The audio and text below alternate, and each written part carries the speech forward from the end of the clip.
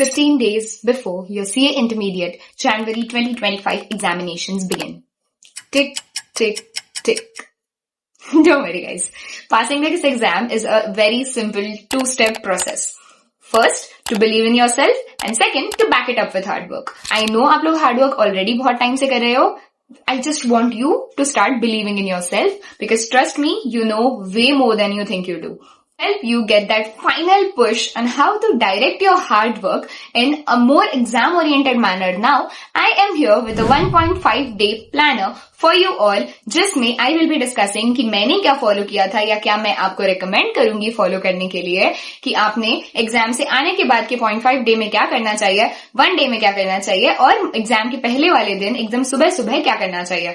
Okay, so let's get into the video and start off with the very first subject of yours, which is advanced accounting. Advanced accounts का being the first paper, you would have sufficient time कि आप उसको dedicate कर सको, आप उसको 1.5 day से ज्यादा एलोकेट कर सकते हो and I would recommend you to do that कि आप कम से कम उसको 3 दिन 3.5 दिन 4 दिन जितना आपको चाहिए उतना दो, क्योंकि ये paper will set the tone for the next upcoming 5 papers for you all. So basically I feel this is a make or break paper for you all. तो what I would suggest you is कि आप 8th of January से आपका if preferable 7th of January अगर आपके बाकी सारे subjects हो चुके हैं, आप कॉन्फिडेंट हो तो 7th of January say you can go ahead with advanced accounts as well. If not, 8th of January is by max which you should start preparations क्योंकि आपका पेपर 11th को ही है. तो I think 8, 9, 10th 3.5 days is a fair enough time to give it. तो 8th of January को I would recommend you to go with company accounts thoroughly, पहले page से लेके आखिरी पेज तक जितना आपका फैकल्टी का मटेरियल है, जो जो क्वेश्चंस आपने मार्क करके रखे हुए हैं सारे सॉल्व करना. Being the first paper you will have the liberty कि आप 1-2 क्वेश्चंस लिखकर सॉल्व कर सको. बाकी पेपर्स में चाहे वो प्रैक्टिकल क्यों ना हो सकता है एफएम वगैरह में आपको उतना टाइम ना मिले कि आप कोई क्वेश्चन लिख के सॉल्व कर सको. तो अकाउंट्स में आपको मिलता है, अकाउंट्स में गिव इट अ शॉट. और कंपनी अकाउंट्स आपका 8th ऑफ जनवरी को आप पूरा खत्म कर सकते हो. 9th जनवरी को आई वुड रेकमेंड यू कि ब्रांच अकाउंट्स और जितने मैक्सिमम आपके अकाउंटिंग स्टैंडर्ड्स हो सकते हैं वो सब खत्म करने की कोशिश करो. जो भी आपको अकाउंटिंग स्टैंडर्ड्स कंपैरेटिवली हार्ड लगते हैं वो सारे 9th ऑफ जैन को खत्म करो. 10th ऑफ जैन का दिन आपके लिए थोड़ा लाइटर नोट पे रहेगा कि आपको जो अकाउंटिंग स्टैंडर्ड्स रफली अच्छे से आते हैं कंपैरेटिवली वो वाले कर लिए, जो अकाउंटिंग स्टैंडर्ड्स पिछले दिन से बच गए थे वो वाले कर लिए, एंड देन कंपनी अकाउंट्स को फिर से एक बार गो थ्रू कर दिया in the second half of the day. That is what I would recommend to you all. थोड़ा बहुत क्वेश्चंस के थ्रू प्रैक्टिस करना. Don't just keep on reading concepts because concepts आपको पता होते हैं. ICAI has shifted its focus to a more application oriented or practical oriented paper. तो आपको वो concepts को apply करते आना चाहिए is the entire motto of the new paper pattern. Alright, so this was what I would suggest you to do for 8 January, 9 January and 10 January. 11 January को आपने जो भी आपकी adjustment sheet बनाई होगी वो देख लेना.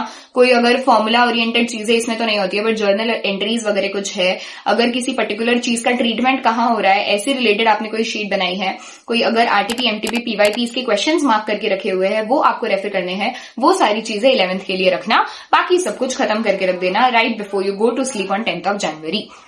ठीक है, moving on to the second paper which is law. Till this time I hope आप बहुत अच्छे से कॉन्फिडेंटली आए हो आपका अकाउंट्स का पेपर देके, एंड आप आने के बाद एक लाइटर नोट पे LLP एक्ट के साथ और इंटरप्रिटेशन ऑफ स्टैट्यूट्स के साथ चालू कर सकते हो. दोनों ही कंपैरेटिवली सिंपलर चैप्टर्स है. आपको इजीली आप भले ही वो थोड़े उस पर्टिकुलर मेंटल फेज में हो या ना हो, ये 2 चैप्टर्स ऐसे हैं जो आप कवर कर पाओगे. So this will take care of रफली 20% of your paper, 20% of your syllabus right away. 12th of January, a new day, a new morning. If you think कि आपकी efficiency सुबह सुबह के टाइम ज्यादा अच्छी होती है तो जनरल क्लॉजेज एक्ट उठाओ और उसको अच्छे से कवर कर लो क्योंकि उसका भी वेटेज कहीं ना कहीं 10 to 12% का होता है. ICAI directed weightage +-5% is absolutely fine.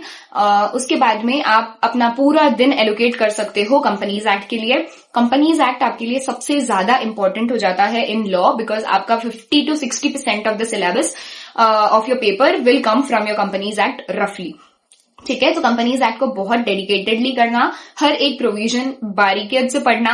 अभी से अगर आपको लग रहा है कि आपका लॉ कंपैरेटिवली वीक है तो अभी you still have 15 days. Dedicate a reasonable amount of time before for your revisions for law again. Try writing as much as possible, keywords याद रखने की कोशिश करो, एंड सेक्शन नंबर्स याद नहीं रह रहा है, it's absolutely fine, you can always write as per companies act 2013 etcetera, ठीक है। सो कंपनीज एक्ट उस दिन खत्म करके सोना, and if you are an early riser तो फेमा का जो है आपका वो आप 13th को सुबह सुबह कर फिर वापस आरटीपी एमटीपी पीवाईपीज गो थ्रू करके, कुछ आपने नोट्स बनाए हो उनको गो थ्रू करके एग्जाम देने जा सकते हो।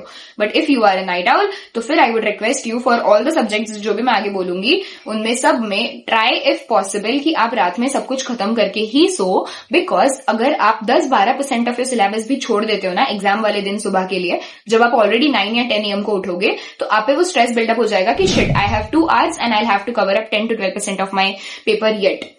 तो वो प्रेशर बिल्डअप ना हो और आप सिर्फ और सिर्फ सुबह उठ के अपने नोट्स ग्लैंस थ्रू कर सको और आरटीपीज एमटीपीज कवर कर सको, बस उतना ही अपना पेंडिंग रखना जहां तक पॉसिबल हो पाए। So that was all about law.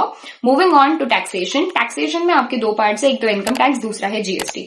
Now इसमें I would give you a choice कि आप एग्जाम से आने के बाद में इनकम टैक्स या जीएसटी दोनों में से आपको जो भी इजी लगता है उसका सिग्निफिकेंट पोर्शन कवर करके फिर सोना। So for example I am someone जिसको जीएसटी कंपैरेटिवली बेटर लगता है, तो what I would do is कि मैं जीएसटी का लेवी एंड कलेक्शन वाला चैप्टर जिसके अंदर आपका आरसीएम एग्जामिशंस एंड ऑल सब आ जाता है, वो वाला बेसिक कॉन्सेप्ट्स एंड कंप्यूटेशन, ये तीनों चीजें चाहे मुझे कितना ही टाइम लग जाए मैं वो खत्म करके सोऊंगी।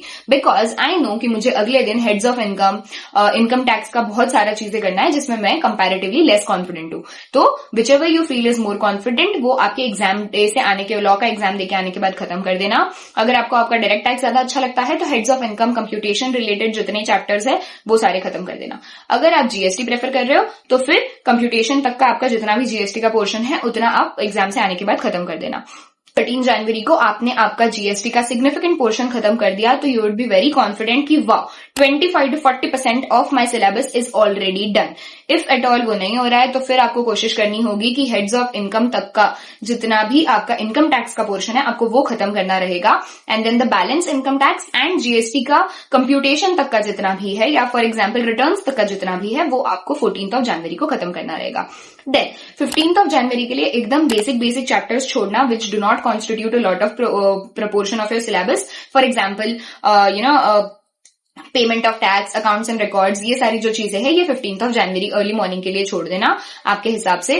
So basically summing up, income tax better है तो 13 जनवरी को majority portion of income tax खत्म करके सोना। जीएसटी फेवरेट है तो majority portion of the GST करके सोना। और अगले दिन आपको पूरा सिलेबस एक्सक्लूडिंग जीएसटी के बेसिक चैप्टर्स नीचे के जो accounts and records, payment of tax and all है वो सब छोड़कर आप सो सकते हो, ताकि आप अगले दिन 1-1.5-2 घंटा देकर ये जीएसटी का पेंडिंग पोर्शन खत्म कर लो एंड एक बार वापस आपका ग्लांस थ्रू कर लो, जो भी चीजें छूट गई है उसको कवर कर लो। So that was all about taxation. Next आता है आपका कॉस्टिंग का पेपर. So I know कि टैक्स का पेपर और टैक्स की पढ़ाई करने के बाद you might feel exhausted. I hope you not. But what I would do is I would pick up simpler chapters like for example introduction, cost sheet, unit costing, batch costing, job costing. ये सारे chapters कैसे ठीक है, मतलब एक ही pattern के questions बनते हैं इससे, आपको वैसे ही एक पर्टिकुलर स्टेप मेथड फॉलो करनी होती है and you will be getting done with it. तो ये वाले जो चैप्टर्स हैं ये शायद मैं थोड़े एग्जॉस्टेड माइंड के साथ भी कर पाऊंगी, बिकॉज थोड़े इंटरेस्टिंग होते हैं, थोड़े मोनोटोनस होते हैं कि एक ही तरीके से करना होता है इन चीजों को। तो वो वाले चैप्टर्स आई विल कंप्लीट। उसके बाद में नेक्स्ट डे मैं सिर्फ सर्विस सेक्टर और ऑपरेटिंग सेगमेंट, ऑपरेटिंग कॉस्टिंग, ये 2 चैप्टर्स छोड़कर बाकी पूरा मेरा कॉस्टिंग खत्म करके रख दूंगी। राइट फ्रॉम जो भी मार्क्ड क्वेश्चंस थे, आरटीपी एमटीपी के क्वेश्चंस थे, जो मेरे नोट्स थे, हर चीज बाकी सारे चैप्टर्स के लिए मैं खत्म करके रखूंगी।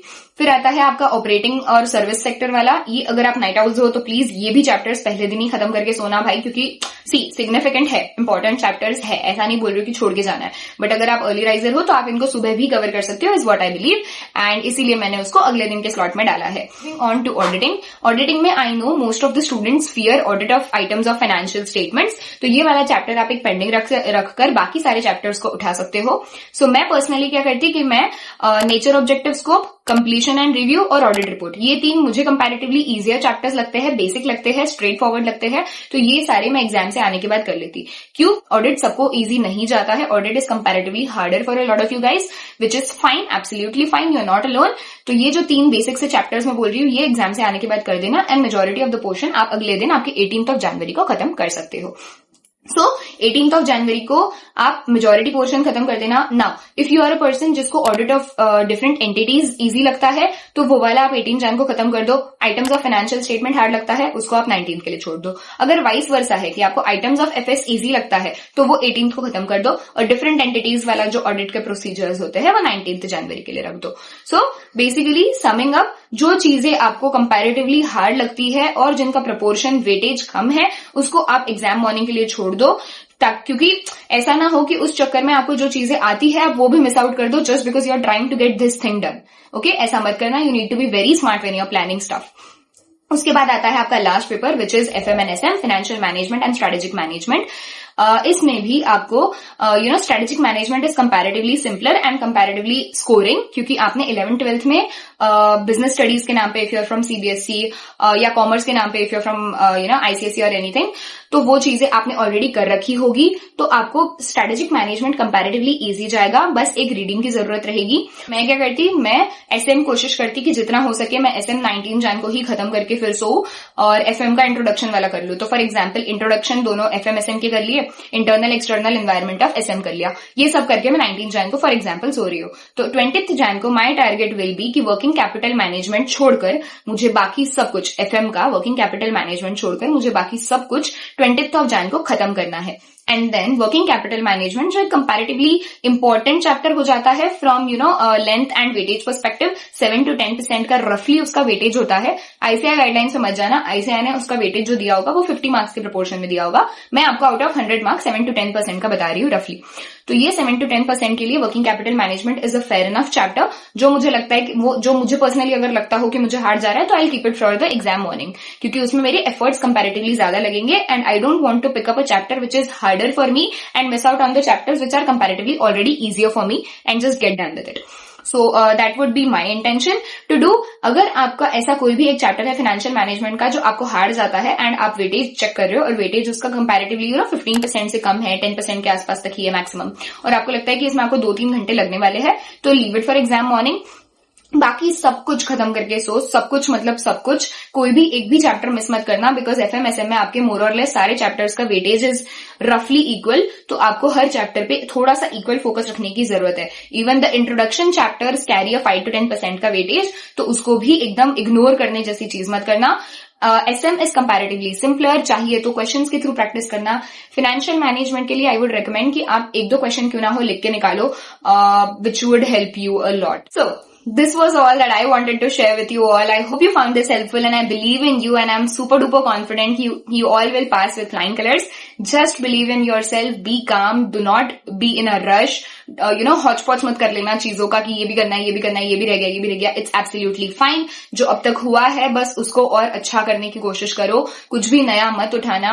I understand and I acknowledge the fact कि you are exhausted at this point of time. You have reached your peak. आप थक चुके हो mentally, but थोड़े से दिन और guys, and trust me it will all B worth it, because final की एग्जाम फिर आपके लिए 2 साल दूर रहेगी, 2.5 साल दूर रहेगी, and you will have sufficient break before you begin with the hard hustling again. So all the very best. Push yourself a little more and you'll definitely crack it. इस वीडियो में यहीं तक everyone. Thank you so much. Signing off.